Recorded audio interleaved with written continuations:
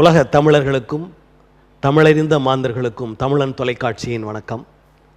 இன்று நமது அரசியல் அரங்கம் நிகழ்விற்கு திருமிகு பிரவீன்குமார் அவர்கள் வருகை தந்திருக்கிறார். இவர் கடல்சார் மக்கள் நல சங்கமம் அமைப்பின் பொதுச் செயலாளர். அவரோடு நாம் பேசுவோம். வணக்கம். வணக்கம் சார். கடல்சார் மக்கள் நல சங்கமம் அப்படின்ற ஒரு அமைப்பு தோன்றுவதற்கு காரணம் என்ன?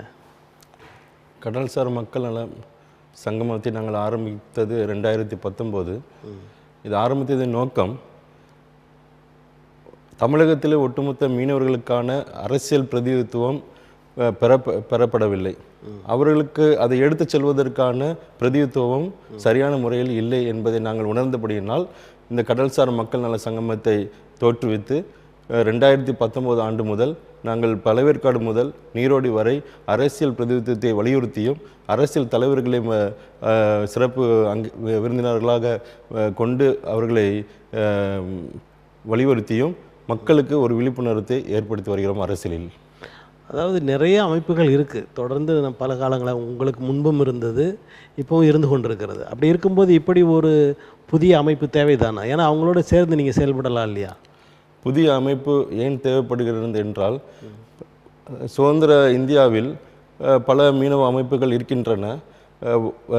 608 மீனவ கிராமங்கள் இருக்கிறது. 608 மீனவ கிராமங்களுக்கும் கூட்டுறவு சங்கம் தனித்தனியாக இருக்கின்றது. இதற்கெல்லாம் தலைமையாக ஒரு சங்கம் இருக்கின்றது. அதையெல்லாம் தடைக்கால மழைக்கால நிவாரண தொகை வாங்கி கொடுப்பதற்கு மட்டுமே இயங்கி கொண்டிருக்கிறது. அது அவங்களுடைய செயல்பாடு, அந்த கூட்டுறவு சங்கத்தின் வேலைப்பாடு. அதற்கு பின்பு கடலிலே மாயமாக போனவர்கள், கடலில் பாதிக்கப்படுகிறவர்களுக்கு அதை வலியுறுத்தி அரசுக்கு எடுத்து செல்வதற்கான பொதுவான சங்கங்கள் எதுவும் இல்லை. அந்தந்த பகுதியிலே அந்தந்த பகுதி மக்களுக்காக வலியுறுத்தி செயல்படுற சங்கங்கள் இருக்கின்றது.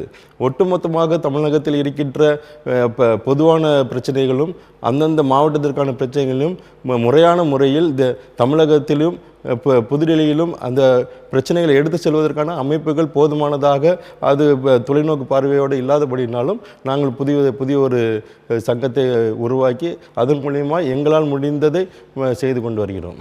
இப்போ இந்த சங்கம் அரசியல், அந்த அரசியலுக்குள்ளே போகிறது மாதிரியான ஏதாவது எதிர்கால திட்டங்கள் உண்டா?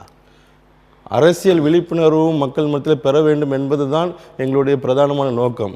ஏனென்றால் அரசியல் விடுதலை இல்லை என்றால் சமுதாய விடுதலை இல்லை என்று அம்பேத்கர் சொன்ன அந்த கோட்பாடுகளையும் நாங்கள் வலியுறுத்தியும், அந்த அரசியல் விடுதலை தான் அவர் சட்டமன்றத்திலும் பாராளுமன்றத்திலையும் மீனவர்களுக்கான பிரச்சனையை எடுத்து வைத்து பேச முடியும், அதற்கான தீர்வை கொண்டு வர முடியும் என்கிற ஆணித்தரமான அந்த கருத்தியலை தான் நாங்கள் இந்த சங்கத்தின் மூலிமா வலியுறுத்தி வருகின்றோம். இப்போ நடந்து கொண்டிருக்கிற திராவிட முன்னேற்ற கழக அரசில் மீன்வளத்துறை அது அமைச்சர் கூட உங்கள் மீனவர் சமூகத்தில் இல்லாமல் வேறு ஒரு தடவை போட்டிருக்காங்க. இதை பற்றி உங்களுக்கு கருத்து?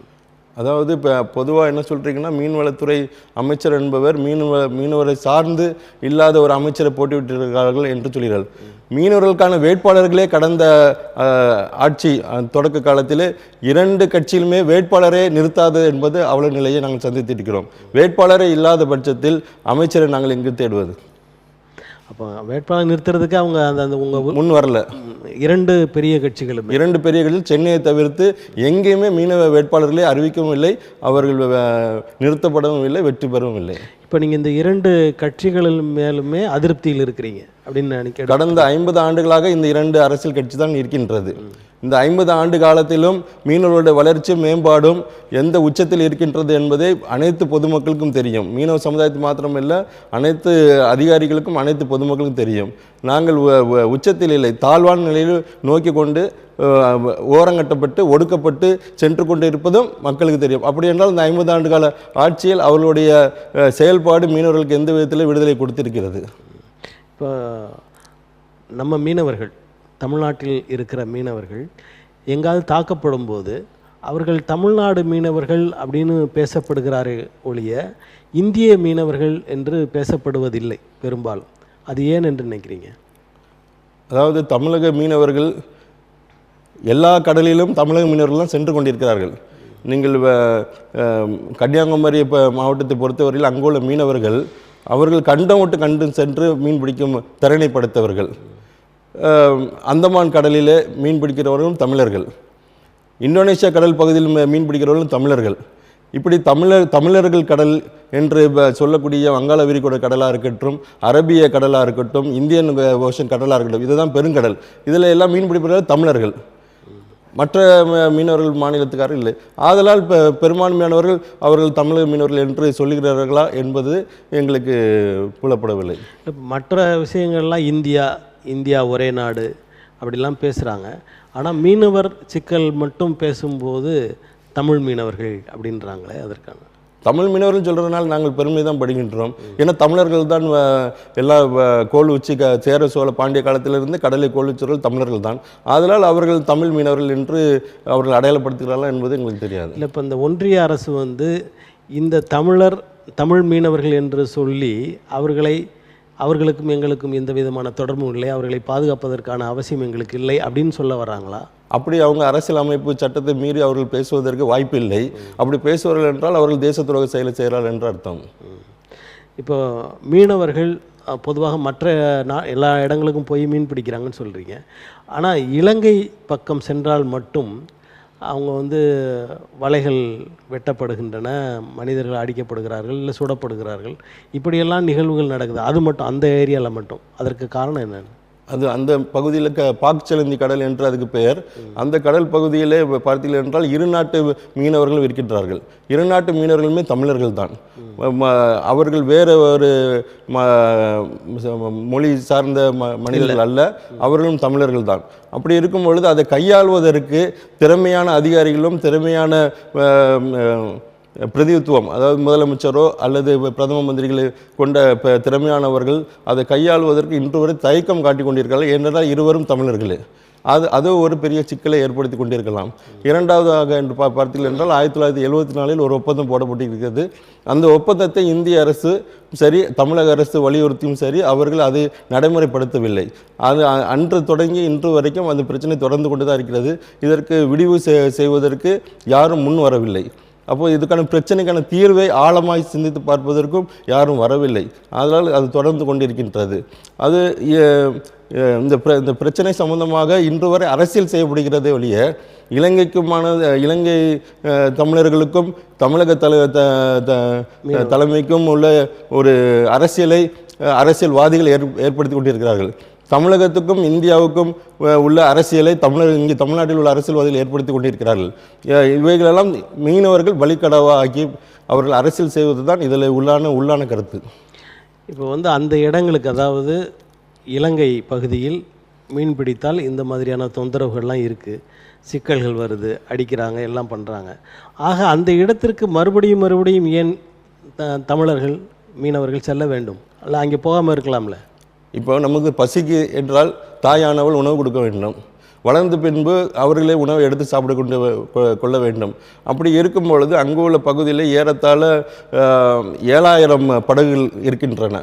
விசைப்படகும் சரி, நாட்டுப்படகும் சரி, 7000த்துக்கு அதிகமான படகுகள் இருக்கின்றன. அதை சார்ந்திருக்கும் குடும்பங்கள் ஏராளம் இருக்கின்றது. ஏறத்தாழ ஒரு 3 லட்சம் குடும்பங்கள் அந்த கடலையும் அந்த தொழிலை நம்பி குறைந்தபட்சம் இருக்கின்றார்கள் என்று எடுத்துக்கொண்டால் அவர்களுக்கான அன்றாடம் உணவை கொடுப்பவர்கள் யார்? அவர்கள் கொடுக்க முன் வராத பட்சத்தில் அவர்கள் உணவை எடுத்துக்கொள்வதற்கு செல்ல வேண்டிய நிலை கட்டாயப்படுத்தப்படுகின்றது அல்லவா? அப்போ நமது கடல் பகுதியிலே அந்த வளம் குன்றியப்பட்டு இருக்கிறது.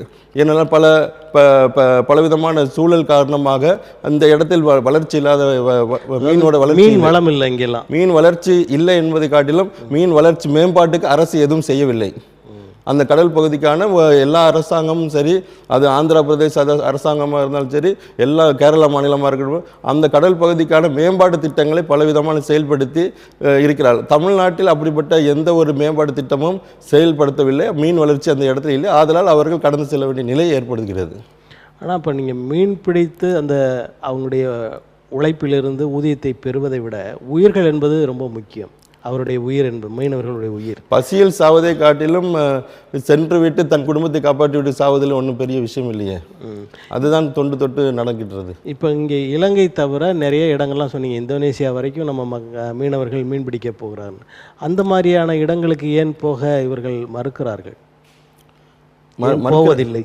இந்த பகுதியில் உள்ள மீனவர்கள் செல்வதற்காக ஒரு திட்டம் தீட்டப்பட்டது 2017. அவர்கள் ஆழ்கடலுக்கு நீங்கள் செல்வதற்கான பயிற்சியும் செயல்பாடும் திட்டங்களும் மத்திய அரசு கொண்டு வந்தது. அதன் அடிப்படையில் இலங்கை 2 நாட்டு அரசாங்கமும் ஒரு ஒப்பந்தம் போடப்பட்டது. அந்த ஒப்பந்தத்தின்படி இத்தனை ஆண்டு காலத்திற்குள்ளாக இதை சரி செய்ய வேண்டும் என்று. அப்போ அந்த அந்த ஒப்பந்தத்தை இலங்கை அரசு நடைமுறைப்படுத்தி கொண்டிருக்கின்றது. ஆனால் தமிழ்நாட்டு அரசும் சரி இந்திய அரசும் சரி அதை நடைமுறைப்படுத்தாதனால் அவர்கள் செல்லாமல் இருக்கிறார்கள். அவர்களே தானாக செல்வதற்கு அதிகாரம் இல்லை. அதை செயல்படுத்துபவர்கள் கையில் அதிகாரம் இருக்கின்றது. அந்த அதிகாரம் படைத்தவர்கள் அதை செயல்படுத்த முன்வரவில்லை. இப்போ தமிழ்நாடு அரசு இந்த தமிழர் மீனவர் நலன் சார்ந்து என்னென்ன செய்ய வேண்டும் என்று நீங்கள் நினைக்கிறீங்க? முதலாவது அவர்களுக்கான சட்டமன்ற பாராளுமன்ற உறுப்பினர்களை அவர்கள் அனுமதிக்க வேண்டும். அவர்களால் ஒரு அரசாங்கம் என்ன நினைக்கிறார், அவர்கள் மைனாரிட்டி பீப்புள், அவர்களால் வெற்றி பெற முடியவில்லை, நாங்கள் வெற்றி பெற முடியவில்லை என்று நாங்கள் ஒத்துக்கொள்கிறோம். ஆனால் இப்படிப்பட்ட பிரச்சனைகள் உள்ள சூழல் இருக்கும் பொழுது அதிலிருந்து ஒரு பிரதிநிதித்துவத்தை நீங்கள் சட்டமன்றத்திலும் பாராளுமன்றத்திலும் அனுப்புவதற்கு நீங்கள் ஏன் தயங்குகிறீர்கள்? அப்படி என்றால் நீங்கள் பிரச்சனை முடிப்பதற்கு என்று நீங்கள் தீர்வு காணவில்லை. பிரச்சனையை அப்படியே வைத்திருப்பதனால தான் மீனவர்கள் ஆகிய நாங்கள் அந்த முதலாவது அந்த விதமான ஒரு தீர்வை நோக்கி அரசு செய்ய வேண்டும் என்பதை நாங்கள் எதிர்பார்க்கின்றோம். இப்போ தேர்தலில் நிற்பதற்கு உங்களுக்கு வாய்ப்பு கொடுக்க வேண்டும் அப்படின்ற ஒரு கோரிக்கை வைக்கிறீங்க. அதுக்கு அடுத்ததாக வேறு என்னென்ன செய்யணும்னு நினைக்கிறீங்க? இதுவரைக்கும் தேர்தல் நிற்பதற்கு அவர்கள் வாய்ப்பு தரவில்லை. அது முதலாவது குற்றச்சாட்டு. கடந்த ஆண்டு இது வரைக்கும் நீங்கள் எப்படி சொல்ல முடியும்? நிறைய பேர் இருந்திருக்காங்களே. இதுக்கு முன்னாடி கே சாமி அவர்கள் இருந்திருக்காங்க, ஜெனிஃபர் சந்திரன் இருந்தாங்க. கே சாமி அவர்கள் அவருடைய ஆளுமையில் நின்று வெற்றி பெற்றார். இன்றைக்கு அதே இடத்துல ஆளுமை அவர் ஒரு மீனவர் குடும்ப சார்ந்தவர் தானே. அவர் மீனவர் குடும்பத்தை சார்ந்தாலும் அவர் கட்சி தலைமையை சார்ந்தவர். இன்றைக்கு அதே இடத்தில் அவருடைய சகோதரர் கே சாமி இருக்கிறார். அவருக்கான பிரதிநிதித்துவத்தை நீங்கள் வழங்கிவிட்டீர்களா? அந்த இடத்தில் ஒருவர் இருக்கின்றார். உங்களுக்கு அவரை வேட்பாளர் ஆக்கி அவரை சட்டமன்ற உறுப்பினர் ஆக்கியிருக்காங்கல்ல, அவர்கள் உரிமை இல்லைன்னு சொல்றது. அவர்கள் மீனவ பிரதிநிதியாக நீங்கள் அடையாளப்படுத்தவில்லையே. மீனவர்களுக்கான ஒரு அடையாளமாக நீங்கள் சட்டமன்றத்தில் பாராளுமன்றத்தில் நீங்கள் அவரை ஏற்படுத்தவில்லையே. இப்போ உங்களுக்கு கட்சிகள் சமூகம் சார்ந்து வேட்பாளரை நிறுத்தும் போது அவங்க கட்சிக்காரங்களை தானே நிறுத்துவாங்க. இப்போ ஒவ்வொரு சாதியிலையும் நிறைய பேர் இருக்கிறாங்க. அவங்கவுங்க சாதி பேரை சொல்ல முடியாது, அது கட்சியில் தான் பண்ண முடியும். அப்படின்ற போது நீங்கள் மட்டும் அதை தனியாக கேட்குறதுல என்ன நியாயம் இருக்குது? அதாவது இப்போ பார்த்திங்கன்னா அம்பேத்கர் ஒடுக்கப்பட்ட மக்களுக்கு இவர்களால் வெற்றி பெற்றாலும் இவர்களால் சட்டமன்ற பாராளுமன்றத்திற்கு வர முடியாத சூழல் இருந்தபடியால் 10 வருடங்களாக அவர்கள் இடஒதுக்கீடு கொடுத்தார்கள். நாங்களும் அதே போல் ஒடுக்கப்பட்டு ஓரங்கட்டப்பட்டு தாழ்வு நிலை நோக்கி நாங்கள் சென்று அதை அகால பாதாளத்தை நோக்கி சென்று கொண்டிருக்கிறோம். இந்திய அரசியலமைப்பு சட்டத்தில் ஏற்படுத்திய அந்த விதிமுறைகளின்படி எங்களுக்கும் ஒரு இடஒதுக்கீடு வழங்கி சட்டமன்ற பாராளுமன்றத்திற்கான ஒரு இடஒதுக்கீடாக வழங்க. நாங்கள் நின்று தேர்தல் நின்று வெற்றி பெறுவோமா வெற்றி பெற மாட்டோமாலாம் இல்லை. எங்களுக்கு ஒரு நாமினியாக எங்களுக்கு சட்டமன்ற பாராளுமன்ற அது குறைந்தபட்சமாக ஒரு வேட்பாளரை கொடுங்கள் என்ற ஒவ்வொரு தொகுதிக்கும் நாங்கள் 10-15 வேட்பாளரை இரண்டாம் கட்டம் கேட்ப நிலை இருந்தாலும் முதல் கட்டமாக குறைந்தபட்சம் ஒரு சட்டமன்ற மீனவ பிரதிநிதியாகவும் பாராளுமன்ற மீனவ பிரதிநிதியாகவும் அனுமதிக்கும்படியாக தான் நாங்கள் கேட்கிறோம். இப்போ தாழ்த்தப்பட்டவருக்குன்னு சில தொகுதிகள் ஒதுக்கப்படுகிறது போல மீனவர்களுக்கும் தொகுதிகள் ஒதுக்கப்பட வேண்டும் சொல்கிறீங்க. ஆமாம். அதற்கான முன்னெடுப்புகள் அதற்கான கோரிக்கைகள் நீங்கள் அரசிடம் கொடுத்துருக்கீங்களா? பலமுறை கடந்த 40 ஆண்டுகளாக அது நடந்து கொண்டிருக்கின்றது. நீங்கள் முதலில் கேட்டது போல பல சங்கங்கள் இருக்கிறது. நீங்கள் பல சங்கங்கள் இதை ஏறெடுத்து செயல்பாட்டு படினாலும் அவர்களால் வெற்றி காணவில்லை. தொடர்ந்து புதியதாக வருகிற சங்கங்களும் முன்னெடுத்துக்கிட்டார்கள். இந்த திராவிட முன்னேற்ற கழகத்தின் ஆட்சியிலும் நாங்கள் தொடக்க காலத்திலிருந்து நாங்கள் கேட்டுக்கொண்டிருக்கின்றோம். குறைந்தபட்சம் மந்திரி பதவியாவது அவர்கள் கொடுத்திருக்கலாம், அதுவும் தரப்படவில்லை. கூட்டுறவு சங்கத்துக்கான தலைவர் பதவியாவது கொடுத்திருக்கலாம், அதுவும் தரப்படவில்லை. ஆகவே இப்போ மீனவர்களுடைய பிரச்சனைகள் ஏராளமாக இருக்கின்றது. அவர்களுக்கான பிரதிநிதித்துவத்தை உங்கள் கையில் இருப்பதே நீங்கள் கொடுக்கப்படவில்லை என்பதுதான் எங்களுடைய வருத்தமான செய்தி. இப்போ உங்களது கோரிக்கை என்ன அப்படின்னு கேட்டால் நீங்கள் பிரதிநிதித்துவம் பற்றி தான் பேசுகிறீங்க. அது தவிர்த்து தமிழ்நாடு அரசு வேறு என்னென்ன செயல்களின் மூலமாக உங்களுடைய வாழ்க்கை தரத்தை உயர்த்த முடியும் என்று நினைக்கிறீங்க? அதாவது கடலை சார்ந்த தொழில் என்பது பார்த்தீர்கள் என்றால் மத்திய அரசும் மாநில அரசும் இணைந்து செயல்படும் மீனவர்களை பொறுத்தவரையில் 2 அரசும் ஒன்றைத்து செயல்பட்டால்தான் அவர்களுக்கான மேம்பாட்டு முதலாவது நடக்கும். ஆனால் இன்று ஆட்சி காலத்திலே அது எங்களுக்கு இரண்டும் முரண்பட்டு இருக்கின்றபடினால் எங்களுக்கான செயல்பாடும் மேம்பாட்டு திட்டங்களும் கிடப்பில் போடப்பட்டிருக்கின்றது. ஸோ அது முதலாவது ஆட்சியில் இருக்கிறவர்கள் இவர்களுக்கு இரண்டும் ஒன்றிணைந்து இருந்தால் மட்டும்தான் இவர்களுடைய வாழ்வாதாரம் மேம்படும் என்பதை நினைவில் கொள்ள வேண்டும், அதை செயல்படுத்த வேண்டும். ஸோ அதை செயல்படுத்தாத வரைக்கும் எங்களுடைய முன்னேற்றங்கள் இருக்காது. நாங்கள் பழவேற்காடில் உள்ள பிரச்சனைகளை உங்களிடத்து சொன்னாலும் அவர்கள் மத்திய அரசு அதற்கு எந்த ஒத்துழைப்பும் தரவில்லை என்று சொல்கிறார்கள். கன்னியாகுமரியில் உள்ள தேங்காய்பட்டினத்தை சொன்னால் அதற்கு நிதி ஒதுக்கிறார்கள், மாநில அரசு அதுக்கான சரியான திட்டமிடலை செயல்படுத்தவில்லை என்று அவர்கள் குறை சொல்கிறார்கள். இவர்கள் இரண்டு பேரும் குறை சொல்வதாக இருக்கும் பட்சத்தில் மீனவர்களுடைய மேம்பாட்டு திட்டங்கள் எதுவும் நிறைவேறாது. பல கோரிக்கைகள், பல பிரச்சனைகள், பல சூழல்கள் மீனவர்களுக்கு இருந்தும் நாங்கள் பெறக்கூட முடியாத சூழலில் இருக்கிறோம். ஏனென்றால் எங்களுக்கான சரியான பிரதியுத்தம் இல்லாதபடி நாங்கள் இப்போ பழவேற்காடில் ஒரு சிக்கல் இருக்குன்னு சொன்னீங்க, அது என்ன சிக்கல்? இப்போ சமீபத்தில் கடந்த ஆண்டு ஒரு புயல் ஒன்று தாக்குச்சு, ஊரில் எல்லாம் வெள்ளம் வந்துடுச்சு. அப்போ அவங்களுக்கான தூண்டில் வளைவு திட்டம், இப்போ தூண்டில் வளைவு திட்டம் என்பது இயற்கையை சார்ந்த திட்டம் அல்ல. ஆனால் இன்று தமிழக அரசு கடல் அரிப்பு காரணமாக தூண்டில் வளைவு திட்டம் என்கிற திட்டத்தை செயல்படுத்தி வருகிறார்கள். அவர்கள் அந்த பகுதியிலும் தூண்டில் வளைவு திட்டத்தை கேட்கிறார்கள். அதற்கான செயல்பாடு திட்டம் இருக்கின்றதா? இல்லை. அதற்கு முன்பாக அங்கு முகத்துவாரத்தை தூர்வாராமல் பல ஆண்டுகளாக அவர்கள் போராடி இப்பொழுது செயல்படுத்த கொண்டு வந்து இருக்கிறார்கள். இப்படி அதில் இருக்கிற சின்ன சின்ன இது தொடக்க பிரச்சனைகள், அதுபோல் பல பிரச்சனைகள் அங்கு இருக்கின்றது.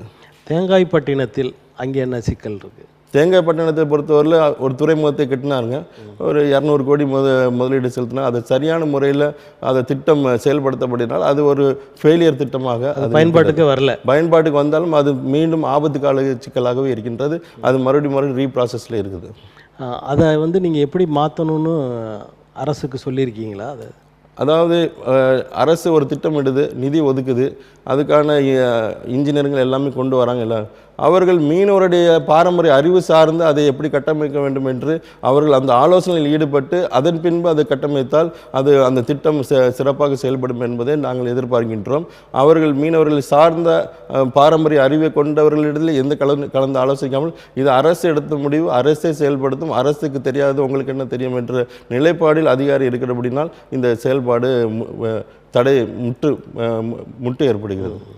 அதாவது இப்போ மீனவர்களை பொறுத்தவரை மீன்பிடிக்க மட்டும்தான் போகிறார்கள் அப்படின்ற ஒரு பார்வை இருந்தாலும் கூட சில மீனவர்கள் போதைப்பொருள் கடத்தல் அல்லது அரசுக்கு எதிரான வேலைகளை செய்தல் இப்படி போன்ற நடவடிக்கைகள் ஈடுபடுகிறார்கள். ஆகவே அரசுகள் மீனவர்களை கண்டுகொள்வதில்லை அப்படின்ற மாதிரியான செய்திகள்லாம் வருது.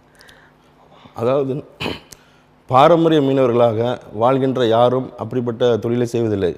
பாரம்பரிய மீனவர்கள் அல்லாத மீனவர்களாக ஊடுருவி இன்றைக்கு தொழில் காரணமாக வருகின்றவர்கள் ஒரு கட்டத்தில் அரசியல் பலத்தோடு, அரசியல் பிரதிநிதித்துவ பலத்தோடு அவர்கள் அந்த தொழிலில் ஈடுபட்டுவது ஒரு சூழலை அரசியல் பிரதிநிதித்துவம் உள்ள அதிகாரிகளோட பிரதிநிதித்துவம் எம்எல்ஏ எம்பியோட பலத்தோடு அந்த செயல்பாடு செய்கிறார்கள். அவர்கள் மீனவர்கள் அல்ல, பாரம்பரிய மீனவர்களாகிய யாரும் அந்த தொழில் செய்வதில்லை. மீனவர்கள் என்ற பெயரில் உள்ளே நுழைந்து அந்த தொழிலில் ஈடுபடுகிற நபர்கள் தான் அவர்கள்.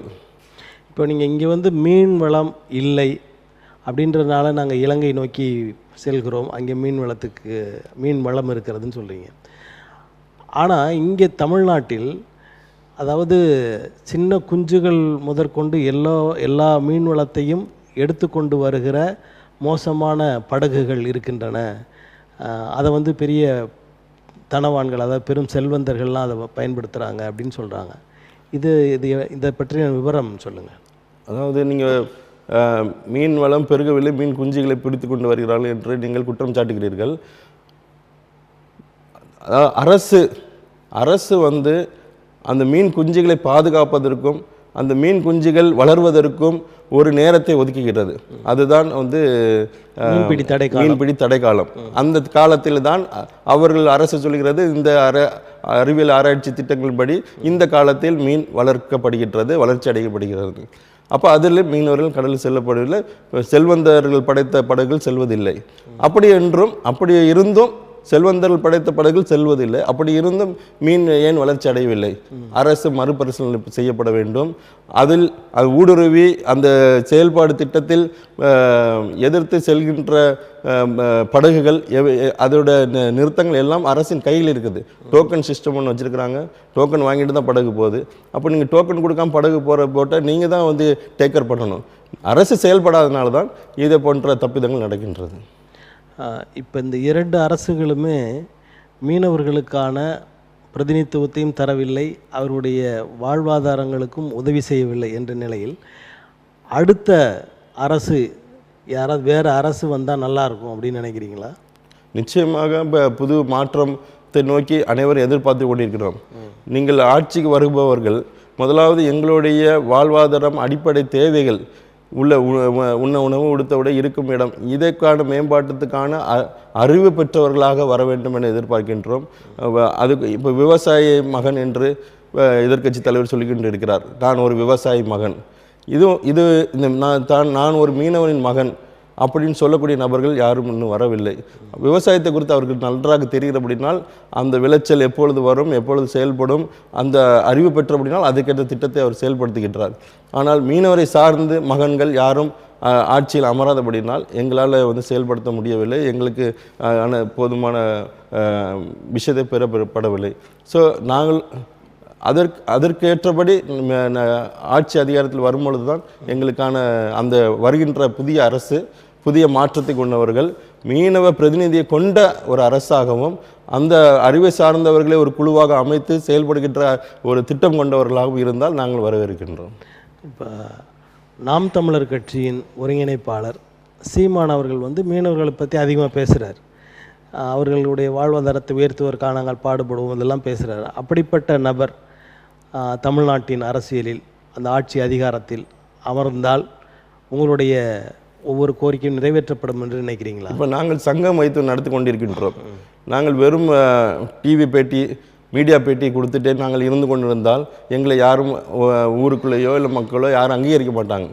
உங்களுக்கு ஒரு மிகப்பெரிய ஒரு ஓட்டு வங்கி தமிழர்கள் கொடுத்திருந்தாலும் செயல் திட்டங்கள் என்ன, அவங்களுடைய நிர்வாகிகள் என்னென்ன மாதிரி, இப்போ காசிமேட்டில் வந்து ஒரு 8 மீனவர்கள் பாகிஸ்தான் சிறையில் இருக்கிறாங்க. அவர்களை விடுவதற்கு நாம் தமிழர் கட்சி என்ன வேலை திட்டம் செய்திருக்கிறார்கள். இடிந்தக்கரை திருநெல்வேலி மாவட்டத்தில் ஈரானிலே 28 மீனவர்கள் சிறைப்படுத்தியிருக்கிறார்கள். அவர்களை விடுவதற்கு அவர்கள் என்ன வேலை திட்டம் இந்திய அரசு, ஒன்றியத்துக்கும் சரி, இல்லை மாநில அரசுக்கும் சரி, இல்லை ஈரான் தூதரகத்துக்கும் சரி என்ன செயல் திட்டம் செய்திருக்கிறார்கள்.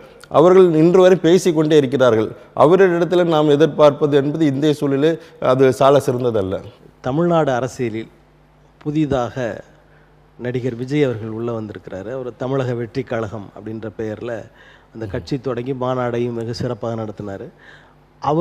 அவர் பால் எதிர்பார்ப்புகள் தமிழ்நாட்டு மக்களுக்கு அதிகமாக இருக்கிறது என்று பேசப்படுகிறது. இந்த நிலையில் அவர் வந்து ஒருவேளை வெற்றி பெற்று ஆட்சி அமைத்தால் அவர் உங்களுடைய சமூகத்திற்கு உதவியாக இருப்பார் அப்படின்னு நீங்கள் நினைக்கிறீங்களா, இல்லை வருவார்னு நினைக்கிறீங்களா? திராவிட முன்னேற்ற கழகம் புதிதாக ஆட்சி வரும்பொழுதும் இதே நம்பிக்கையோடு அனைத்து மீனவர்களும் ஓட்டு போட்டார்கள். ஸோ அந்த அடிப்படையில் எங்களுக்கான புதிய மாற்றம் வரும்பொழுது அவர் ஆட்சி அதிகாரத்தில் வரும்பொழுது புதிதாக வருகிறவர்கள் நிச்சயமாக அனைத்து மக்களுக்கான அனைத்து உதவிகளும் செய்வார்கள் என்ற நம்பிக்கை இருக்கின்றது. அந்த அடிப்படையில் அவர் வந்த உடனே எப்படியும் நல்லது செய்யணும் என்கிற ஒரு மனப்பான்மையோடு வருவார். அனைத்து கட்சியை தொடங்கின அனைவருமே மக்களுக்கு நன்மை செய்யணும்னு சொல்லி தான் புதிதாக கட்சி ஆரம்பித்து வருகிறார்கள். அந்த அடிப்படையில் அவர்கள் எங்களுக்கான ஒரு நன்மை செய்வார் என்கிற ஒரு நம்பிக்கையும் எதிர்பார்ப்பும் இருக்கின்றது. இப்போ திராவிட முன்னேற்ற கழகம் தொடங்கும்போது அப்படின்னு சொன்னீங்க, அப்போ அவர்கள் தொடக்க காலத்தில் உங்களுக்கு நன்மைகள் செய்தார்கள் அப்படின்னு நீங்கள் சொல்கிறீங்களா? தொடக்க காலத்தில் எம்ஜிஆர், அதே திராவிட முன்னேற்ற கழகத்தில் எம்ஜிஆரும் இருந்தார். எம்ஜிஆரோட பட அரசியலும் எல்லாரும் மீனவர்களை சார்ந்து நிறைய விஷயங்கள் இருந்தது. அதாவது அவர் படத்தில் படகோட்டியாக நடித்து காண்பித்தார் அப்படின்றதுனால அது மாத்திரம் அப்படி அல்ல.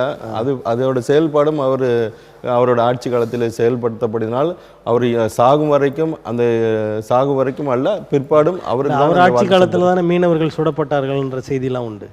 மீனவர்கள் சுடப்பட்டார்கள், மெரினா கடற்கரையில் மீனவர்கள் சுடப்பட்டார்கள். கன்னியாகுமரியில் அந்த கலவரத்திலும் அவருடைய ஆட்சி காலத்தில் தான் அது நடந்தது. ஆனால் ஆனால் அதையும் தாண்டி அவர்கள் உங்களுக்கு நன்மை அதை செய்தார்கள் தாண்டியும் அனைத்து தரப்பான மீனவர்களும் அவர் மேல் ஒரு நம்பிக்கை வைத்திருந்தார்கள். பாதிக்கப்பட்ட பகுதியை தவிர்த்து மற்ற பகுதி மக்கள் அந்த இரட்டை இலை சின்னத்திற்கு தான் வாக்களித்து கொண்டிருந்தார்கள் கடந்த ஆட்சி வரைக்கும். அதாவது அவர் நன்மை செய்தார் என்பதை நீங்கள் உறுதியாக சொல்வதை விட அவர் படத்தில் நடித்தார் இரட்டை இலை, அதை அதாவது நன்மை செய்கிறார் என்பதை காட்டிலும் தொந்தரவு செய்யாமல் இருந்தார். ஆனால் இந்த ஆட்சி காலம், இந்த திராவிட முன்னேற்ற கழகம் இப்பொழுது இருக்கிற ஆட்சி மீனவர்களுக்கு மிகப்பெரிய தொந்தரவாக இருக்கின்றார்கள். அவர்கள் நன்மை விட்டாலும் பரவாயில்ல, அவர்களுக்கான கட்டமைப்பை கட்டமைத்தார்கள். ஆனால் அந்த இடத்தில் கடலில் காற்றாலை போடும் திட்டத்தை மத்திய அரசோடு சேர்ந்து செயல்படுவது, நீலக்கொடி திட்டம் என்று அந்த கடற்கரை ஓரங்களில் மக்களை அப்புறப்படுத்துவது, இதை போன்ற செயல்பாடு இந்த ஆட்சியிலே மிகவும் வன்மமாக இருக்கின்றது. அது எந்த கடல் பகுதியை எடுத்தாலும் இவர்கள் திராவிட முன்னேற்ற கழகம் பிராமணர் அல்லாத கட்சி என்று தொடக்கப்பட்டது. அவர்கள் பாசிசத்துக்கு எதிரானவர்கள் என்று தொடங்கப்பட்டார்கள். ஆனால் இவர்கள் இன்று பாசிசோட செயல்பாடுகளுக்குள்ளாக வந்தபடினால் இவர்கள் மறைமுகமாக அந்த செயல் திட்டம் அப்புறப்படுத்துவது, அவர்களுடைய இணைந்து திட்டங்கள் செயல்படுவது, காற்றாலை போன்ற அழிவு திட்டம், பேனா போன்ற திட்டங்கள், கடலில் பேனா வைக்கும் திட்டம், இதெல்லாம் மீனவர்களுக்கு பாதிப்பை ஏற்படுத்தக்கூடிய திட்டங்கள். இந்த செயல்பாடை பார்க்கும் பொழுது இவர்களுடைய தொடக்க கால அரசியல் இப்பொழுது இல்லை என்பதை ஊர்ஜினப்படுத்துகிறார்கள். இப்போ ஒன்றியத்தை ஆளுகிற பாரதிய ஜனதா கட்சியும் தமிழ்நாட்டை ஆளுகிற திராவிட முன்னேற்ற கழகமும் ஒரு மறைமுக கூட்டணியை கடைபிடிக்கின்றன, அப்படி கூட்டணியில் இருக்கின்றன அப்படின்னு நீங்கள் சொல்ல வரீங்களா? நிச்சயமாக இருக்கின்றது என்பது நாங்கள் உறுதிப்பட ஆணித்தரமாக சொல்ல முடியும். ஏனென்றால் எங்களுக்கான திட்டங்கள், எங்களோட செயல்பாடுகள், மீனவர்களுடைய கடற்கரை கிராமங்கள் பார்த்தீங்கன்னா மத்திய அரசும் மாநில அரசும் ஒன்றித்து செயல்பட வேண்டும். எங்களுக்கான நலத்துக்கான திட்டத்தில் அவர்கள் எதிர்மனையாக இருக்கின்றார்கள், அழிவுக்கான திட்டத்தில் ஒன்றிணைந்து இருக்கிறார்கள். கடலில் காற்றாலை திட்டம் என்றால் ஒன்றிணைந்து இருக்கிறார்கள், கனிம வளம் கடலில் எடுக்க வேண்டும் என்றால் அதற்கு ஒன்றித்து இருக்கிறார்கள், ஹைட்ரோ கார்பன் எடுக்க வேண்டால் அதுக்கு ஒன்றித்து இருக்கிறார்கள். ஆனால் எங்களுக்கான நலத்திட்டம் செயல்பாடு வேண்டுமென்றால் மத்திய அரசு நிதி கொடுக்கவில்லை, மாநில அரசு ஒத்துழைப்பு கொடுக்கவில்லை என்று இரு பேரும் மீனவர்களுடைய கோரிக்கை வைக்கும் பொழுது பேசுகிறார்கள். அப்படி அதற்கு என்ன அர்த்தம்? இப்போ மீனவர்களை, தமிழ்நாட்டு மீனவர்களை பொறுத்தவரை இந்த இரண்டு கட்சிகளும் வரக்கூடாது என்ற நிலையை நீங்கள் எடுக்கிறீங்களா? அதாவது யார் ஆட்சி அதிகாரத்தில் வருவாங்கிறது எங்களோட முடிவு எங்கள்கிட்ட இல்லை. யார் ஆட்சிக்கு பொறுப்பு வந்தாலும் மீனவர்களுடைய விஷயத்தில் அவர்கள் அக்கறையுடனும் ஒரு தாய் பிள்ளை உறவாக செயல்படுத்த வேண்டும் என்பதை நாங்கள் எதிர்பார்க்கிறோம். முதல் கட்டமாக நாங்கள் தான் ஆட்சிக்கு வர வேண்டும், நாங்கள் எங்களுக்கு எல்லாவற்றையும் கொடுக்க வேண்டும் என்று சொல்லவில்லை. யார் நீங்கள் ஆட்சிக்கு வந்தாலும் இந்த சமூக மக்களை, இவர்களுக்கான பிரச்சனைகள் ஆழமாக விரிவாக செயல் திட்டங்கள் உள்ள நபர்களாக அங்கீகரித்து பிரதிநிதித்துவத்தை ஏற்படுத்தி நீங்கள் வழங்கும் பட்சத்தில் அது யார் ஆட்சி செய்தாலும் அது நாங்கள் எந்த விதமான ஆட்சேபனும் தெரிவிப்பதில்லை. இப்போ திராவிட முன்னேற்ற கழகம் எங்களுக்கு ஆதரவு தரவில்லை, எங்களது வாழ்வாதாரத்தை உயர்த்தவில்லை, எங்களுக்கு நன்மை செய்யவில்லை அப்படின்னு சொல்லுகிற நீங்கள் வருகிற 2026 தேர்தலில் அவர்களுக்கு எதிரான நிலை எடுப்பீர்களா இல்லை சாதகமாக எடுப்பீர்களான்னு கேட்குறேன். நாங்கள் நிச்சயமாக இவர்கள் இன்னும் 1.25 ஆண்டுகள் இருக்கின்றது. இதில் மீனவர்கள் மத்தியில் உள்ள பிரச்சனைகளை சரி செய்தால் அதன் அடிப்படையிலே நாங்கள் ஆதரவு நிலைப்பாடோ எதிர் நிலைப்பாடு எடுப்பது என்பது அவர்கள் கையில் தான் இருக்கின்றது. இப்போ இந்த 15 மாத காலங்கள் அவர்களுக்கு நீங்கள் சோதனை வைக்கிறீர்கள் அப்படின்னு சோதனை வைக்கணும். அவர்கள் தெளிவான முடிவு எடுக்கும் பட்சத்தில் இறுதி கட்டத்தில் அதுக்கு அவர்கள் ஆதரவு நிலைப்பாடு எடுப்பதா எதிர்நிலை எடுப்பது என்பது அவர்கள் கையில் தான் இருக்கின்றது. இப்போ அண்ணா திராவிட முன்னேற்ற கழகத்தை பற்றி நீங்கள் பேசும்போது அவங்க எங்களுக்கு உதவி செய்யலைன்னாலும் தொந்தரவு செய்யாமல் இருந்தாங்க, அவர்களால் கெடுதல் எதுவும் எங்களுக்கு இல்லை அப்படின்னு சொன்னீங்க. அந்த கட்சி அண்ணா திராவிட முன்னேற்ற கழகம் மறுபடியும் ஆட்சிக்கு வரும் பட்சத்தில் உங்களுக்கு எந்த விதமான தீங்கும் செய்யாமல் அவங்க அந்த ஆட்சியை நடத்துவார்கள் அப்படின்ற நம்பிக்கை இருக்கா? ஒரு எதிர்பார்ப்பு இருக்கும். ஏனென்றால் கடந்த மாண்புமிகு முன்னாள் முதலமைச்சர் ஜெயலலிதா அவர்கள் மறைவுக்கு பின்பும் அவர்கள் ஒரு 4 ஆண்டு காலம் ஆட்சி செய்தார்கள். அதில் அவர்கள் ஓகி புயலில் அவர்கள் சரியான ஒரு ஒத்துழைப்பு கொடுக்கவில்லை. அது பின்பு கடலூர் மாவட்டங்களில் ஏற்பட்ட பிரச்சனைகளும் அவர்கள் சரியான ஒத்துழைப்பு கொடுக்கவில்லை. இருந்த போதிலும் அவர்களிடத்தில் சண்டை செய்வதற்காக ஒரு வாசல் இருந்தது, ஒரு அமைச்சர் இருந்தார். ஆனால் இப்பொழுது நாங்கள் எதுவும் இல்லாத ஒரு நிலையில் இருக்கிறோம் அப்படின்றால் இக்கரைக்கு அக்கறை பச்சை என்று தோன்றுகிறது. அதாவது இப்போ இந்த 12-15 மாதங்களும் இதே போன்ற நிலை தொடருமானால் நீங்கள் அண்ணா திராவிட முன்னேற்ற கழகத்தை ஆதரிப்பீர்களா அல்லது விஜய் போன்ற புதிய ஆட்களை ஆதரிப்பீர்களா? தேர்தல் நெருங்கும் பட்சத்தில் வெற்றி பெறும் சூழல் அந்த நேரத்தில் ஒரு அமையும் ஒரு ஒரு வலுவான ஒரு கூட்டணி சேர்ந்து இருக்கும் பட்சத்தில் அவர்கள் மீனவர்களுக்கான என்ன அறிக்கை செய்கிறார்கள்? கடந்த பாராளுமன்ற தேர்தல் அறிக்கையை பார்த்து நீங்கள் முடிவு பண்ணுவீங்க? தேர்தல் அறிக்கையை பார்த்து தான் முடிவு செய்யப்பட வேண்டும். இப்போ மீனவர்களுக்கு இதை செய்கிறோம் அப்படின்னு சொல்லிட்டு எதுவுமே செய்யாமல் போகிறவங்களும் இருக்கிறாங்க. அப்படி நடந்திருக்கிறது. எதுவுமே எல்லாருமே அப்படி தான் இருக்கிறாங்க. 40 ஆண்டுகளாக மீனவர்கள் பழங்குடியில் சேர்க்குறேன்னு சொல்லியிருந்தாங்க. இன்னும் தேர்தல் அறிக்கையும் சொன்னாங்க. அது நடைமுறைப்படுத்துறதுக்கு இது வரைக்கும் எந்த செயல் திட்டமும் இந்த இப்போது நடந்து கொண்டிருக்கிற அரசு செயல்படுத்தவில்லை. கடந்த ஆட்சியில் அதுக்கான செயல் திட்டம் நடத்தப்பட்டது. அவர்கள் மறைவுக்கு பின்பாக அது கிடப்பில் போடப்பட்டது. இப்போ நீங்கள் மீனவ சமுதாயத்தின் ஒரு அமைப்பின் பிரதிநிதி அப்படின்ற நிலையில் தான் இருக்கிறீங்க. நீங்கள் சொன்னால் அந்த கடைசி நேரங்களில் இந்த கட்சியை ஆதரிப்பது நமக்கு நல்லது அப்படின்னு சொல்லுகிற போது மொத்த மீனவ சமுதாய மக்களும் உங்கள் சொற்களை ஏற்பார்களா? நீங்கள் சொல்கிறபடி அவங்க நடந்துப்பாங்களா? அதாவது அவங்களை ஏற்பார்களா ஏற்க மாட்டார்களா என்ற நிலைப்பாடு இல்லை. அவர்களுக்கு விழிப்புணர்வு சொல்ல வேண்டிய கடமை எங்களுடைய அமைப்புக்கு இருக்கின்றது.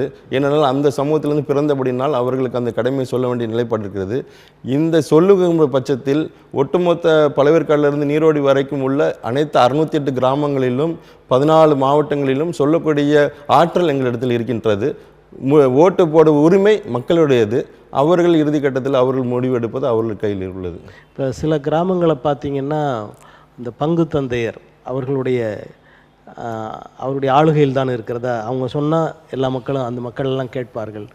அது மாதிரி நிறைய கடற்கரை கிராமங்கள் அந்தந்த தலைவர்கள் இருக்கிறாங்க அப்படிலாம் சொல்கிறாங்க. இந்த மக்கள், அதாவது இந்த தலைவர்கள் இந்த கட்சிக்கு தான் வாக்களிக்க வேண்டும், பொதுவாக கிறித்தவர்களாக இருப்பவர்கள் திராவிட முன்னேற்ற கழகத்தை ஆதரிக்கிறார்கள் அப்படின்லாம் சொல்கிறாங்க. இந்த தலைவர்கள்லாம் நீங்கள் சந்தித்து இது பற்றி பேசுவீங்களா? இல்லை, ஏற்கனவே பேசியிருக்கிறோம். நீங்கள் சிறுபான்மை மக்களாக எங்களை பாவிக்காதீர்கள். நாங்கள் மீனவர்கள் என்ற அடையாளத்தோடு நாங்கள் தமிழகம் முழுவதும் இருக்கின்றோம். இது மீனவர்களுடைய பிரச்சனை தினந்தோறும் எழுகின்ற பிரச்சனைகள் இருக்கின்றது. இதில் நீங்கள் சிறுபான்மை என்கிற அடையாளத்தில் சிறுபான்மைக்கும் மத்திய அரசில் உள்ள எதிர் நிலைப்பாடில் உள்ள அரசுக்கும் உள்ள விஷயத்திற்கும் வேறு நிலைப்பாடு. மீனவர்களை பொறுத்தவரையிலே சிறுபான்மையாக இருந்தாலும் அவர்களுடைய பிரச்சனைகள் வேறு. இதில் சிறுபான்மை என்ற அடிப்படையிலே நீங்கள் அவர்கள் ஒத்துத்து சென்றால் எங்களுக்கான விடுதலை கிடைக்காது என்பதை அவர்களிடத்தில் வலியுறுத்தி வருகின்றோம். இப்போ நீங்கள் பேசும்போது சொன்னீங்க, அதாவது நடிகர் விஜய் ஒரு நல்ல தேர்தல் அறிக்கையை கொடுத்தா அவருக்கான ஆதரவை தருவோம் அப்படின்னு எல்லாருக்கும் தருவோம்னு சொன்னீங்க. ஆனால் இந்த நேரத்தில் நீங்கள் குறை சொல்லுகிற திராவிட முன்னேற்ற கழக அரசு ஒன்றிய அரசில் அந்த ஒன்றிய அரசோடு அந்த விஜய் கட்சி அவங்க ஒரு நெருக்கமான உறவை பேணுகிறார்கள் அப்படின்ற ஒரு செய்தி பல ஊடகங்களில் வருது. அப்படிப்பட்ட சூழலில் நீங்கள் தேர்தல் அறிக்கைக்கு முன்னாடியே இவர்களை எதிர்ப்போம் இவர்களை ஆதரிப்போன்ற நிலை எடுக்க முடியுமா? அப்படி எடுக்க முடியாது. ஏனென்றால் எங்களுக்கு நாங்கள் எதுவுமே இல்லாமல் இருக்கின்றோம். எங்களுக்கு இவர்கள் வாய்க்கு சென்று தந்திர மாட்டார்கள், அவர்கள் வாய்ப்பை ஏற்படுத்தி தந்திர மாட்டார்கள் என்ற ஒரு இரண்டாம் கட்டம் நிலையில் இரண்டுக்கும் இடைப்பட்ட இடத்தில் இருக்கின்றோம். ஆதலால் நாங்கள் எந்த விதமான முழுமையான தீர்வையும் நாங்கள் சொல்ல முடியாத இடத்தில் இருக்கணும்னால் அவர்களுடைய அரசியல் நிலைப்பாட்டை நாங்கள் விமர்சிக்க முடியாது. இப்போ நீங்கள் தமிழ்நாட்டை பொறுத்தவரை உங்கள் சமுதாயம், இது எங்களுடைய மீனவர் சமுதாயம் என்ற நிலையை தாண்டி ஒட்டுமொத்த தமிழ்நாடு மக்களும் மகிழ்வாக இருக்க வேண்டும் அப்படின்னு நினைக்கிற போது இந்த கட்சி ஆட்சிக்கு வந்தால் அந்த நிலை ஏற்படும் அப்படின்னு நீங்கள் எந்த கட்சியை சொல்ல முடியும்? இப்போ இன்றைக்கு இருப்பது திராவிட முன்னேற்ற கழக தலைமையிலான ஆட்சி. எதிர்த்தரப்பு என்றால் அதிமுக தலைமையிலான ஒரு கூட்டணி ஆட்சியோ இந்த கூட்டணி ஆட்சிகள் தான் இருந்து கொண்டிருக்கிறது. இதுவரைக்கும் புதிய மாற்றங்கள் கடந்த 50 ஆண்டுகள் வரவில்லை. இவர்கள் இருவருமே பல வாய்ப்புகள் கொடுக்கப்பட்டு இருக்கிறது அவர்கள் தங்களை நிரூபித்துக் கொள்வதற்கு. இப்போ அந்த நிரூபித்துக் கொள்வர்கள் மீனவர்கள் தரப்பில் அவர்கள் எதையும் நிரூபிக்கப்படவில்லை. அப்படி என்றால் புதிதாக வருகிறவர்கள் அதை நிரூபித்து காட்டுவதற்கு ஒரு வாய்ப்பை இருக்கும் என்றால் அதை நாங்கள் அந்த வாய்ப்பை தான் எதிர்பார்த்து கொண்டிருக்கின்றோம். ஆனால் இப்போது இருக்கிற அரசியல் கட்சிகளில் யார் வந்தால் தமிழ்நாட்டிற்கு நன்மை செய்வார்கள் என்ற ஒரு தொலைநோக்கு பார்வையில் யாரையும் சுட்டி காட்ட உங்களால் முடியலைன்னு சொல்கிறீங்களா? இது வரைக்கும் யாரும் செய்யலையா? நாங்கள் யாரை சுட்டி காட்டுறது? இல்லை, இப்போ வருகிறவர்கள் கூட வருகிறவர்கள் இப்போ சீமானு எடுத்தீங்கன்னா அவர் பேசிக்கிட்டு தான் இருக்கிறாரு. அவர் இன்ன வரைக்கும் எந்த செயல்பாடும் இல்லை. இப்போ வருகிற நீங்கள் விஜய் வந்து இப்போ வந்திருக்கார், அவர் செய்வார் என்ற நம்பிக்கை இருக்கின்றதா என்று கேள்வி எழுப்பீர்கள். அவர் தொடங்கின நாளிலிருந்து இதுவரைக்கும் மீனவர் சார்ந்த விஷயங்கள் இன்ன வரைக்கும் தெளிவான அறிக்கையும் இல்லை. மற்றவர்கள் சார்ந்த நிறைய பல விஷயங்கள் சொல்லியிருக்கின்றார். ஆனால் மீனவர் சார்ந்த ஒரு தெளிவான அறிக்கை அவரிடத்திலிருந்து பெறப்படவில்லை. அவருடைய அவர் மீனவர்கள் கொடுத்தான எந்த அளவிற்கு அவர் உள்வாங்கி இருக்கின்றார், அவர்களுக்கான பிரச்சனை எந்த அளவுக்கு தெரிந்திருக்கிறார் என்பது எங்களுக்கு தெரியாது. எதுவுமே தெரியாத பட்சத்தில் அவரும் 10-11 நிற்பார் என்பது தான் எங்களுடைய பார்வை. இப்போ வந்து ஒவ்வொரு சமூகத்திலும் ஒரு பெரிய ஆளுமைகள், அந்த சமூகத்துக்காக பாடுபட்டவங்க அல்லது சுதந்திரத்துக்காக பாடுபட்டவங்க, இவங்களை வந்து முன்னிலைப்படுத்தி அவர்களுடைய படங்களை போட்டு இந்த மாதிரிலாம் நிகழ்வுகள் நடந்து கொண்டிருக்கின்றன. ஆனால் மீனவர்களை பொறுத்தவரை சிங்காரவேலரை தவிர வேறு யாரும் அப்படிப்பட்ட ஆளுமைகள் உங்கள் சமூகத்தில் தோன்றலையா?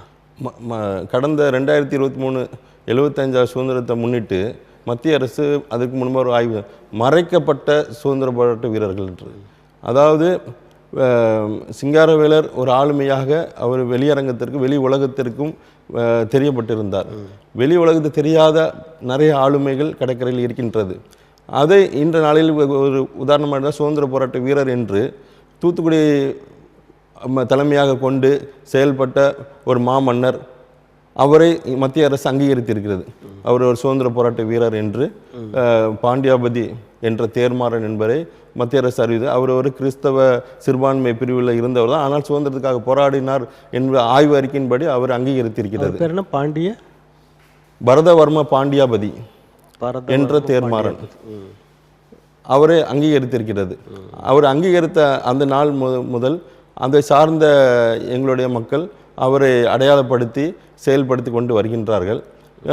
விரைவில் அதற்கான மத்திய அரசு சார்ந்த ஒரு அங்கீகாரம், வெளியரங்கமான அங்கீகாரத்தை நாங்கள் ஏற்படுத்துவோம்.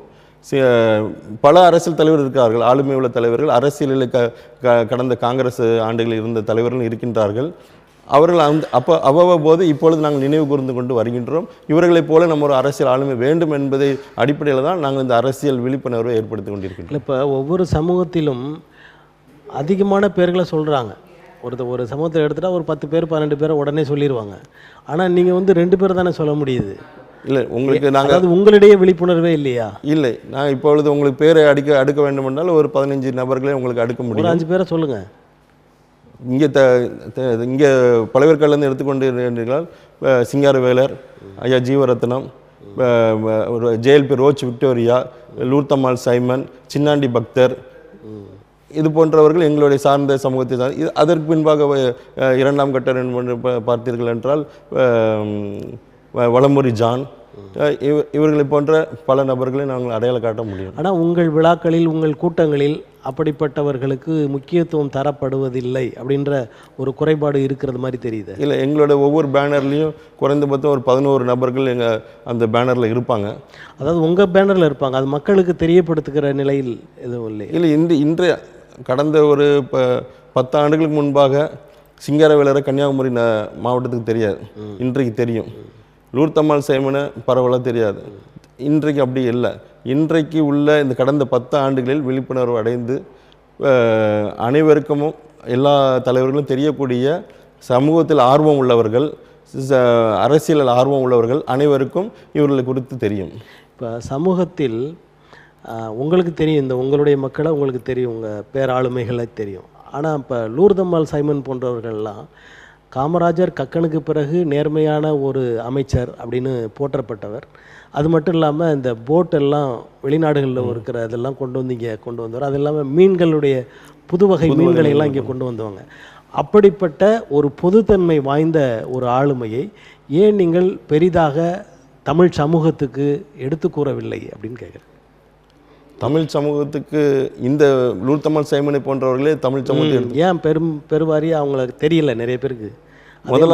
முதலாவது எங்கள் சமூகத்துக்கு முழுமையாக தெரியப்படுத்த வேண்டும். அதற்கு பின்பு தான் அடுத்த சமூகத்துக்கு எடுத்து செல்ல முடியும்.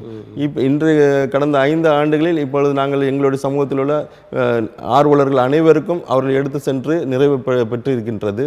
இனி வரும் நாட்களில் தமிழ் சமூகத்தான அடுத்த சமூகத்துக்கு நாங்கள் எடுத்து செல்லக்கூடிய நாட்களில் நாங்கள் கடந்து செல்வோம். இப்போ வந்து ஒன்றிய அரசு தமிழர்களுக்கு அல்லது மீனவர்களுக்கு என்ன நன்மைகள் செய்ய வேண்டும் அப்படின்னு நீங்கள் கோரிக்கைகள் வைக்கிறீங்க? ஏன்னா தமிழ்நாடு அரசை பற்றி நிறைய குறைகள் சொல்லிட்டீங்க, அதெல்லாம் பண்ணணும், பண்ணாதான் அடுத்த தேர்தலில் வாக்களிப்போன்ற மாதிரிலாம் சொல்கிறீங்க.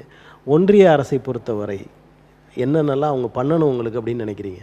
ஒன்றிய அரசை பொறுத்தவரையில் கடல் என்பது பக்கத்து அண்டை நாடுகள் இருக்கின்ற ஒரு எல்லை பகுதியாகவும் மாறுகின்றது. இலங்கை, இந்த பக்கம் பாகிஸ்தான், இந்த பக்கம் பர்மா, இது போன்ற மாலத்தீவு, இது போல் பல எல்லை கொண்ட இந்த பகுதியிலலாம் நம்மளுடைய மீனவர்கள் செல்லும் பொழுது பிடிக்கப்படுகின்றார்கள், அவர்கள் படகுகள் பறிமுதல் செய்யப்படுகின்றது.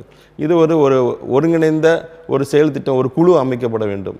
அந்த குழுவில் அந்தந்த மாநிலத்தை அந்தந்த மாவட்ட பகுதியை சார்ந்த மீனவர்கள் பிரதிநிதி அந்தந்த குழுவுக்குள் இருக்க வேண்டும்.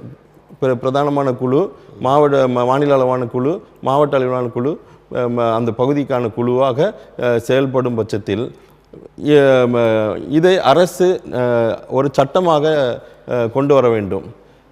இதில் என்ன ஒரு சிக்கல் ஒன்றிய அரசு மத்தியில் இருக்கின்ற என்றால், அவர்கள் நேரடியாக மீனவர்களை கையாள முடியாது. ஃபிஷர்மேனை அவங்க டைரெக்டாக கமெண்ட் பண்ண முடியாது, செயல்படுத்த முடியாது. அது அந்த பாலிசி இஷ்யூ இருக்குது. இந்த பாலிசி இஷ்யூ இருக்கிறனால மாநில அரசு அவர்கள் தாழ்ந்தொண்டித்தனமாக செயல்படுகின்றார்கள். அது கேள்வி கேட்க வேண்டிய இடத்தில் இருக்கிற மாநில அரசு செயல்படுத்தாத பட்சத்தில் அவர்கள் நேரடியாக கமெண்ட் பண்ணுறதுக்கு முடியாத அரசியல் அமைப்பு சட்டத்தின்படி. அப்படி இருக்கும் பொழுது இதை கருத்தில் கொண்டு ஒரு ஒருங்கிணைந்த ஒரு செயல் திட்டத்தை, புதிய ஒரு மாற்றத்தை கொண்டு வர வேண்டும். ஏன்னால் அரசியலமைப்பு சட்டம் உருவாக்கி 75 ஆண்டுகள் மேலே ஆகும் பொழுது அது மறுபடியும் வடிவமைத்து இந்த விதிகள் எல்லாவற்றையும் மாற்றி அமைத்து அதை செயல்படுத்த வேண்டும் என்று முதலாவது நாங்கள் எதிர்பார்க்கின்றோம். இப்போ ஒன்றிய அரசை பொறுத்தவரை மீனவர்களுக்கு பாதுகாப்பு வேண்டும், அதை அறிவுறுத்தி தான் நீங்கள் கோரிக்கை வைக்கிறீங்க. வேறு வாழ்வாதாரம் தொடர்பான ஏதாவது கோரிக்கைகள் உண்டா? முதலாவது நாங்கள் பாதுகாக்கப்பட வேண்டும். நாங்கள் உயிரோடு இருந்தால்தான் நாங்கள் தொழில் செய்ய முடியும். ஸோ அந்த பாதுகாப்புக்கான கோரிக்கைகள் நாங்கள் கேட்கிறோம். வாழ்வாதாரத்துக்கு என்று செயல்படுத்தால் கடலில் உள்ள மேம்பாட்டு திட்டங்கள், மீன்பிடிக்கான வளர்ச்சி திட்டங்கள், கடலில் பாதுகாக்கிற திட்டங்கள், இவைகளை செயல்படுத்த முன்வர வேண்டும். மாநில அரசும் மத்திய அரசும் ஒன்றித்து இதில் செயல்படுத்த வேண்டும். பொதுவாக போராட்டங்கள் என்று சொல்லுகிற போது பொது உடைமை கட்சிகள் எல்லா போராட்டங்களையும் துணை நிற்பாங்க. அவங்க பாரபட்சம் பார்க்காமல் போராட்ட களத்தில் நின்று மக்களுக்கான அந்த உரிமைகளை பெற்றுக் கொடுப்பவர்களாக இருக்காங்க. உங்களுடைய இந்த அமைப்புகளில் பொது உடைமை கட்சியினரின் பங்கு எப்படி இருக்கிறது? பொது உடைமை கட்சி அவர்கள் அந்த பொது உடைமை கட்சி என்றால் கம்யூனிஸ்ட் கட்சி என்று தான் சொல்லப்படுகின்றது. அவர்கள் அதற்குன்னு தனி ஒரு பிரிவு வைத்து மீன்பிடி தொழிலாளர்கள் அந்த கட்சியில் ஒரு பிரிவு இருக்குது. அவர்கள் சிறப்பாக செயல்பட்டு கொண்டிருக்கிறார்கள். ராமேஸ்வரம் தீவு பகுதியாக இருக்கட்டும், உள்நாட்டு மீன்பிடியாக இருக்கட்டும், செயல்பட்டு கொண்டிருக்கிறார்கள். ஸோ அவர்களுக்கான ஒரு லிமிட்டேஷன் ஒன்று இருக்குது. அந்த நிலைப்பாடை தாண்டி அவர்கள் என்ன செயல்பட முடியுமோ அதை செயல்பட்டு கொண்டிருக்கிறார்கள். அவர்கள் கூட்டணி அரசில் இருந்தாலும் அவர்களுடைய கூட்டணி தலைவர்கிட்ட போய் சொல்லக்கூடிய நிலைமை கூட அவர்களுக்கு இல்லை என்பது ஒரு பரிதாபமான நிலை. இப்போ மீனவர்கள் என்று சொல்லுகிற போது மாநிலம் தழுவிய நிலையில் நீங்கள் ஆளுமைகளாக இருக்கிறீங்க, அதாவது ஒன்றியம் தழுவிய ஆளுமைகள் இருக்கீங்க. உலக அரங்கில் உலக மீனவர்கள் என்ற நிலையில் அங்கே உங்களுடைய பங்கு எப்படி இருக்கிறது? உலக மீனவர்கள் பங்கில் இருந்து பார்த்தீங்கன்னா 98இல் உலக நாடுகளோட மீனவர்கள் கூட்டமைப்பு புதுடில்லியில் நடந்தது. அந்த நாளில் தான் இந்த உலக மீனவர் தினத்தை ஐநா சபை அங்கீகரிக்க வேண்டும் என்று அதுக்கான முயற்சியில் எடுத்து இந்த உலக மீனவர் தினம் இந்த வரைக்கும் கடைபிடித்து கொண்டு வருகிறது. 1983இல் உலக அளவில் நமக்கு தொடர்பு கொண்டு சங்கங்கள், எங்களுக்கு முன்னாடி சங்கங்கள் செயல்பட்டு இன்டர்நேஷ்னல் லேபர் ஆர்கனைசேஷனோட ஒரு தொடர்பை ஏற்படுத்தி மீனவர்களுக்காக குறைந்தபட்சம் அவர்களுடைய தொழிலாளர்கள் என்ற ஒரு அங்கீகாரத்தோடு அவர்களுக்கான செயல் திட்டம் உலக அளவில் அந்த இன்டர்நேஷ்னல் லேபர் ஆர்கனைசேஷன் மூலியமாக நடத்தப்படுகின்றது. ஸோ இந்த அடிப்படையில் உலக மீனவர்களுடைய தொடர்பு ஏற்படுத்தி காலங்காலமாக நடந்து கொண்டிருக்கிறது. நாம் இந்தியா விட்டு சென்று அடுத்த நாட்டுக்கு போனாலே அது வேற ஒரு நாடு உலகம். அப்படி என்றால் நாங்கள் பல நாடுகளில் பல பிரச்சனைகளோடு சந்தித்து கொண்டு இப்போ தான் வந்து கொண்டிருக்கின்றோம். இப்போ உலக மக்கள், அதாவது உலக மீனவ மக்கள் உங்களுக்கு ஏதாவது ஒரு சிக்கல் வருகிற போது அவர்கள் துணை நிற்கிறார்களா, குரல் கொடுக்கிறார்களா? நிச்சயமாக துணை நிற்பார்கள்.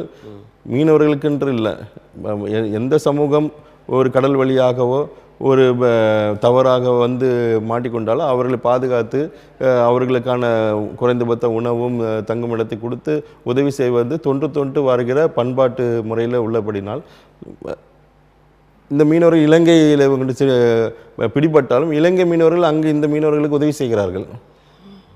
மாலத்தீவு சென்றாலும் அங்கு மீனவர்களாக இருந்தால் உதவி செய்கிற நபர்கள் இருப்பார்கள்.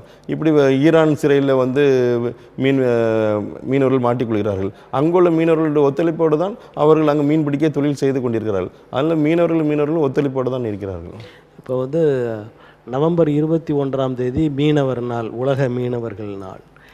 இந்த நாள் எதற்காக ஏற்படுத்தப்பட்டது? அதற்கான அதில் இருக்கிற முக்கிய அம்சங்கள் என்ன? அதாவது உலக மீனவர் தினம் எதற்கு ஏற்படுத்துகிறால், இன்றைய நாளில் தந்தையர் தினம், தாயார் தினம், அன்னையர் தினம் என்று கொண்டாடும் பொழுது மீனவர்கள் இந்த உலகத்துக்கு ஒரு நியூட்ரிஷனை கொண்டு வருகிறவர்கள். அவர்கள் இந்த கடல் வழி எல்லைகளை பாதுகாக்கின்றவர்கள். இந்த கடல் முதல் தோண்டிய கடலில் மீன்பிடி தொழில் முதல் முறையாக அங்கீகரிக்கப்பட்ட ஒரு தொழில். அப்படிப்பட்ட அந்த தொழிலுக்கான அடையாளமாக அந்த அதை செய்கின்ற மீனவர்கள் அவர்கள் ஒரு அங்கீகாரம் பெற வேண்டும் என்பதற்காக 97 புதுடெல்லியிலே இது நடைமுறைப்படுத்தப்பட்டு அன்று நாளிலிருந்து இந்த உலக மீனவர் தினத்தை உலகம் முழுவதும் செயல்படுத்தி வருகிறார்கள். அந்த நாளில் நீங்கள் உங்களுடைய அமைப்பின் சார்பாக என்னென்ன வேலைகள்லாம் செய்வீங்க? அந்த நாளில் வந்து நம்ம அமைப்பின் சார்பாக பல அரசியல் தலைவர்களை வரவழைத்து அவர்களுக்கான ஒரு விழிப்புணர்வு பிரச்சாரத்தை மீனவர்கள் மத்தியிலே கடந்த 5 ஆண்டுகளாக நாங்கள் செய்து கொண்டிருக்கின்றோம். அந்த அடிப்படையிலே கடந்த ஆண்டு தூத்துக்குடியிலே மாண்புமிகு ஆளுநர் அவர்களை கொண்டு சென்று அவர்களுடைய வாயிலாக மீனவர்களுடைய நிலைப்பாட்டை நாங்கள் ஊடகத்துக்கும் மாற்று சமுதாயத்துக்கும் எங்களுடைய நிலைப்பாடு அவர்கள் வாயிலாக மற்றவர்களுக்கு தெரியப்படுத்தியிருக்கிறோம். அதே போன்று ஒவ்வொரு ஆண்டும் நாங்கள் மாற்று சமுதாயத்துக்கு எங்களுடைய நிலையை எடுத்து சொல்வதான ஒரு திட்டமாகவும் அரசியல் பிரதிநிதித்துவ விழிப்புணர்வாகவும் இந்த நாளை நாங்கள் அனுசரித்து வருகின்றோம்.